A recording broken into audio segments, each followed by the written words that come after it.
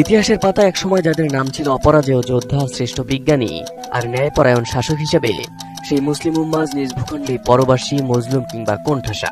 ফিলিস্তিন থেকে Sudan, Myanmar থেকে জিনজিয়াং কিংবা ভারত, সর্বত্রই যেন একই হাহাকার। বিশ্লেষকদের মতে মুসলমানদের বর্তমান দুর্দশার সবচেয়ে বড় কারণ হলো তাদের অভ্যন্তরীণ অনৈক্য। পবিত্র কোরআনে সূরা আনফালের ৪৬ নম্বর আয়াতে আল্লাহ তাআলা স্পষ্টভাবে সতর্ক করে বলেছেন, তোমরা আল্লাহ ও তার রাসূলের আনুগত্য করো এবং নিজেদের মধ্যে বিবাদে লিপ্ত হয়ো না, অন্যথায় তোমরা সাহস হারিয়ে ফেলবে এবং তোমাদের শক্তি বিলুপ্ত হবে।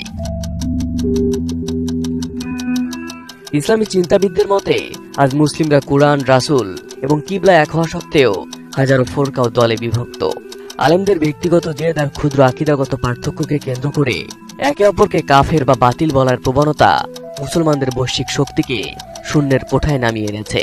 ফলে শত্রুরা খুব সহজেই এক একটি মুসলিম জনপদকে বিচ্ছিন্নভাবে আক্রমণ করার সুযোগ পাচ্ছে।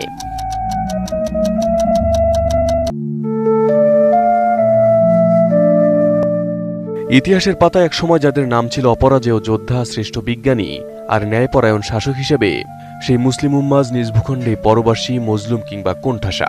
ফিলিস্তিন থেকে সুদান, মিয়ানমার থেকে জিনজিয়াং কিংবা ভারত, সর্বত্রই যেন একই হাহাকার। বিশ্লেষকদের মতে মুসলমানদের বর্তমান দুর্দশার সবচেয়ে বড় কারণ হল তাদের অভ্যন্তরীণ অনৈক্য। পবিত্র কোরআনে সূরা আনফালের ৪৬ নম্বর আয়াতে আল্লাহ তাআলা স্পষ্টভাবে সতর্ক করে বলেছেন, তোমরা আল্লাহ ও তার রাসূলের আনুগত্য করো এবং নিজেদের মধ্যে বিবাদে লিপ্ত হয়ো না, অন্যথায় তোমরা সাহস হারিয়ে ফেলবে এবং তোমাদের শক্তি বিলুপ্ত হবে।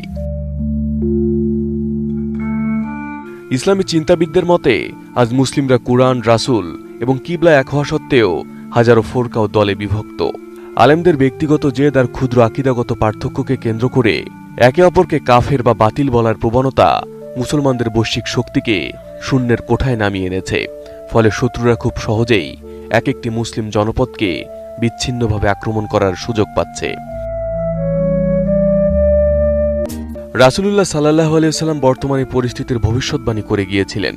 তিনি বলেছিলেন, একসময় শত্রুরা তোমাদের উপর সেভাবে ঝাঁপিয়ে পড়বে যেভাবে ক্ষুধার্তরা দস্তরখানের উপর ঝাঁপিয়ে পড়ে। সাহাবায়ে কেরাম যখন জিজ্ঞেস করলেন, আমরা কি তখন সংখ্যায় কম থাকব? তখন তিনি উত্তর দিলেন, না, তোমরা সংখ্যায় হবে অগণিত, কিন্তু তোমরা হবে প্লাবনের স্রোতে ভেসে যাওয়া আবর্জনার মতো। আর আল্লাহ তোমাদের শত্রুদের অন্তর থেকে তোমাদের ভয় দূর করে দেবেন এবং তোমাদের অন্তরে ওয়াহান ঢেলে দেবেন। সাহাবীরা জিজ্ঞেস করলেন, ওয়াহান কি? তিনি বললেন, দুনিয়ার প্রতি মোহ